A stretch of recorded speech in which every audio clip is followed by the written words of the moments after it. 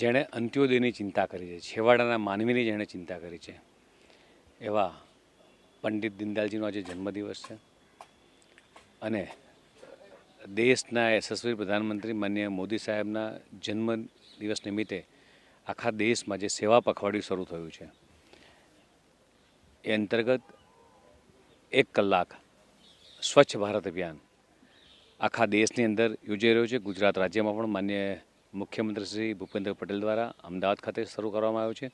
આખા ગુજરાતની અંદર તમામ જગ્યાએ તમામ ધારાસભ્યો, સંસદ સભ્યો, ભારતીય જનતા પાર્ટીના તમામ કાર્યકર્તાઓ, પાટણની અંદર મારા રમેશભાઈ, મારા જિલ્લા પ્રમુખના બેન, મારા ધારાસભ્ય લવિંગજી, આ બધા જ આગેવાનો આજે પાટણ નગરને સ્વચ્છ કરવાનો આખું 1 કલાકનું શ્રમદાન આ કાર્યક્રમથી આખું ગુજરાત જોડાયું છે। સાથે સાથે પાટણના તમામ નાગરિકો જોડાયા છે।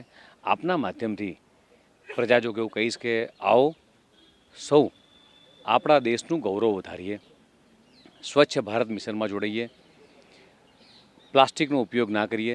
સિંગલ યુઝ પ્લાસ્ટિક એ માત્ર આપણા પોતાના માટે પણ દેશને અને આપણી ધરતી માટે પણ હાનિકારક છે, ત્યારે સિંગલ યુઝ પ્લાસ્ટિકમાંથી ભારતને છોડાઈએ અને આ સ્વચ્છતા અભિયાનમાં દેશના યશસ્વી પ્રધાનમંત્રી માનનીય મોદીજી સાહેબે જે પહેલ કરી હતી એ પહેલને દેશની 140 કરોડ જનતાએ જ્યારે ઉપાડેલી ત્યારે પણ આપણે આ સ્વચ્છતા અભિયાનમાં જોડાઈએ અને દેશને વધુ મજબૂત કરીએ।